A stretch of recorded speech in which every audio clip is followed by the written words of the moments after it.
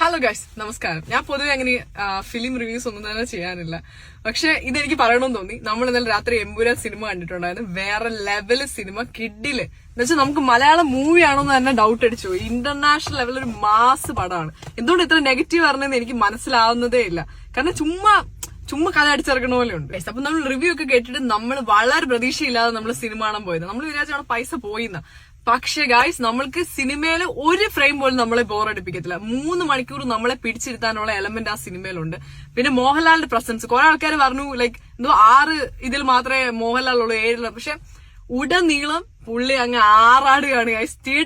തിയേറ്ററിലാണേലും ആൾക്കാര് ഭയങ്കര ശരിക്കും തിയേറ്ററിൽ പോയി കാണേണ്ട ഒരു സിനിമ തന്നെയാണ് എമ്പുരാൻ. ആൻഡ് ഓൾസോ മുരളി ഗോപിയുടെ സ്ക്രിപ്റ്റ് വേറെ ലെവൽ. നല്ല നട്ടലായിട്ട് തന്നെ പുള്ളിയുടെ ആശയങ്ങൾ കറക്റ്റ് ആയിട്ട് പുള്ളി ഓഡിയൻസിലേക്ക് എത്തിച്ചിട്ടുണ്ട്. ഓൾസോ ഓഫ് കോഴ്സ് ആൾക്കാർക്ക് ചൊറിയും. കാരണം 3 പാർട്ടികൾക്ക് നല്ല രീതിയിൽ കൊട്ടുകൊടുത്തിട്ടുണ്ട്. എന്ന് വെച്ചാൽ കണക്കിന് കൊട്ടുകൊടുത്തിട്ടുണ്ട്.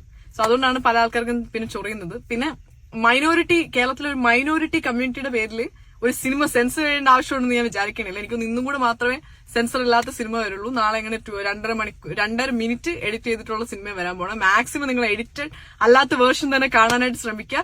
തിയേറ്ററിൽ പോയി കാണേണ്ടത് തന്നെ മസ്റ്റ് വാച്ച് മൂവി തന്നെയാണിത്.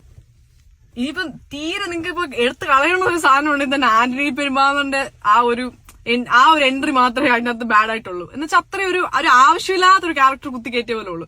ബാക്കി വെച്ച് നോക്കുമ്പോൾ മൂവി വേറെ ലെവൽ, ഇന്റർനാഷണൽ ലെവൽ ഐറ്റമാണ് ആ ചെയ്ത് വെച്ചത്.